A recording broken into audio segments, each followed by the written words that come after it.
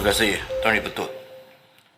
Kota Melaka minta Menteri Kewangan menyatakan maklumat utama pengenalan pelan insurans dan takaful perubatan dan kesihatan asas ataupun dikenali sebagai MHIT berpremium serendah ringgit Malaysia RM80 sebulan, termasuk kriteria kumpulan sasaran dan sejauh mana pelan ini dijangka dapat mengurangkan beban kos perubatan isi rumah berbanding insurans sedia ada.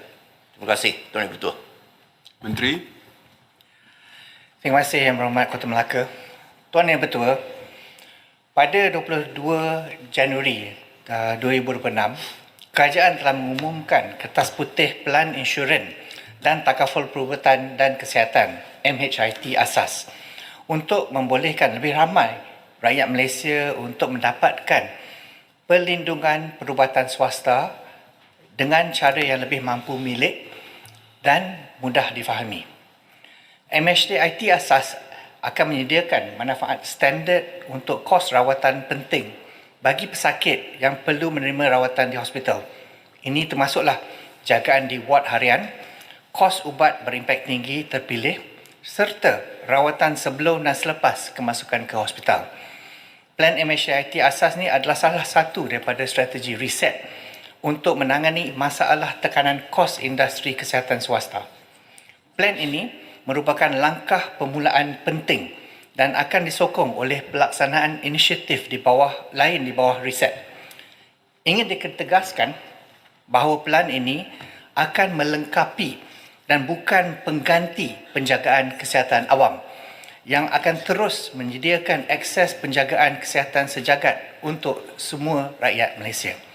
Oleh itu, untuk membolehkan perlindungan kewangan yang lebih meluas kepada rakyat Malaysia, produk MHIT asas ini akan disasarkan kepada dua kumpulan. Pertama, rakyat yang belum mempunyai insurans atau takaful perubatan tetapi mampu membiayai perlindungan penjagaan kesihatan swasta. Dan kedua, pemegang polisi MHIT yang kini sedang mencari alternatif lebih baik dan mampu milik. Dengan plan baru ini, mereka mempunyai pilihan alternatif yang lebih berpatutan tanpa menjejaskan perlindungan asas.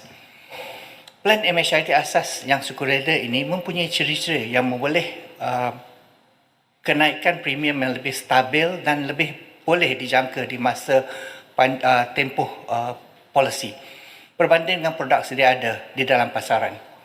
Pertama sekali, pakej manfaat dan kadar premium akan diseragamkan berentasi ke semua syarikat insurans dan takaful yang menawarkan plan MHIT asas.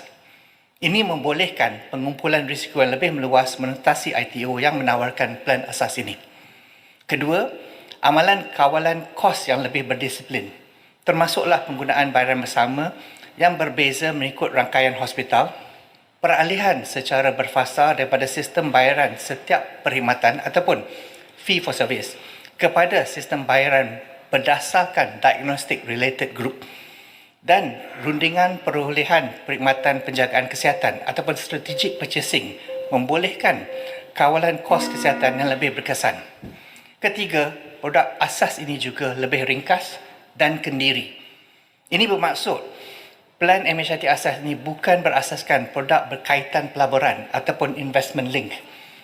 Oleh itu, ia lebih mudah difahami dan mampu milik kepada pengguna kerana pengguna membeli produk insurans perubatan sahaja tanpa sebarang elemen pelaburan yang boleh mempengaruhi kos insurans dan kemampanan perlindungan sepanjang tempoh polisi.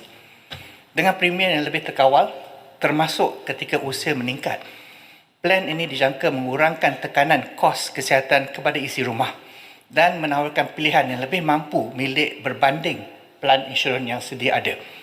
Selain mengawal kos untuk rakyat, MHIT asas juga menyokong perubahan penting dalam sistem penjagaan kesihatan ke arah penjagaan berasaskan nilai.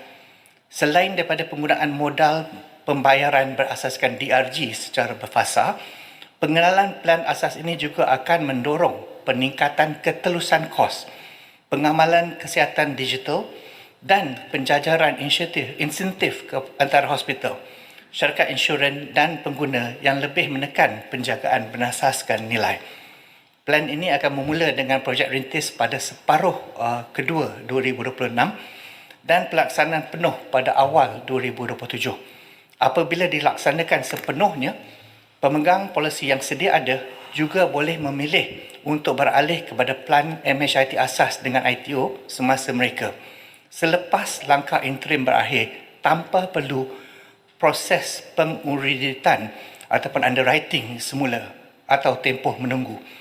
Plan MHIT asas merupakan langkah yang penting ke arah memperluaskan akses kepada pelindungan insurans dan takaful kesihatan yang berterusan sambil meningkatkan ekosistem kesihatan untuk manfaat rakyat.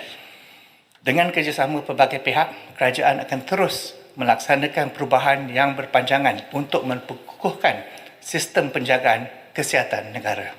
Sekian, terima kasih.